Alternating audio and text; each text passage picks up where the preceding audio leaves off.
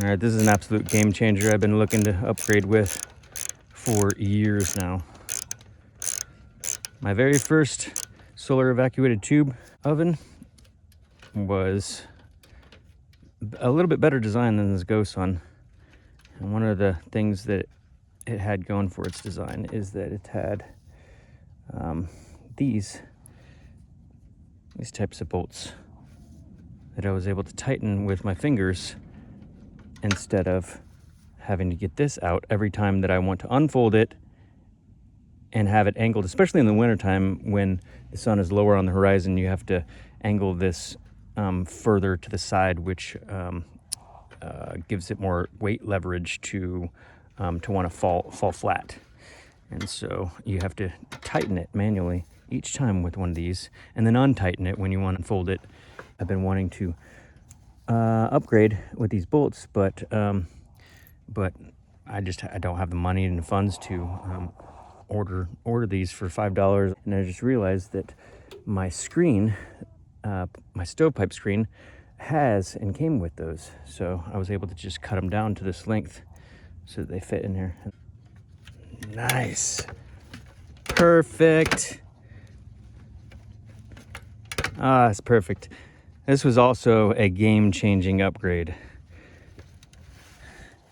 As you can see, I sewed a piece of my sheep's wool felt to this piece of chloroplast, and then I was able to slide that piece of chloroplast in here so that when I store it away on the floor of my wagon, it has natural shock absorption padding underneath it in a way that doesn't take up any more space. I've tried a way of making like a little box that this sets in, and any other option just takes up unnecessary space and collects dirt and debris inside of it. It needs to be cleaned regularly, whatever. This is just so simple. I'm planning on for years also upgrading the screen that is the shortest lived part of these solar evacuated solar ovens.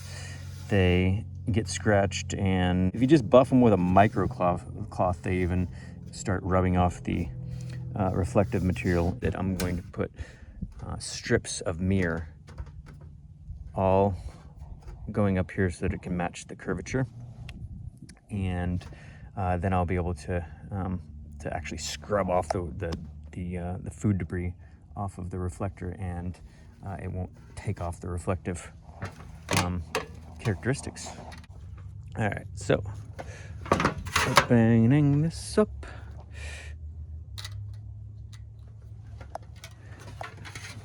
So that when I set it on its side, see, normally it falls down. Now, all I gotta do is simply tighten it with my finger. How cool is that? Awesome! And an upgrade on the tray, the E-tray. The heating element fully peeled off, came off. And this is the second E-tray that I've had that has happened. So as soon as I can get enough money to buy a new E-tray, I'm gonna go ahead and snap this off and separate this in so that I just have this boat.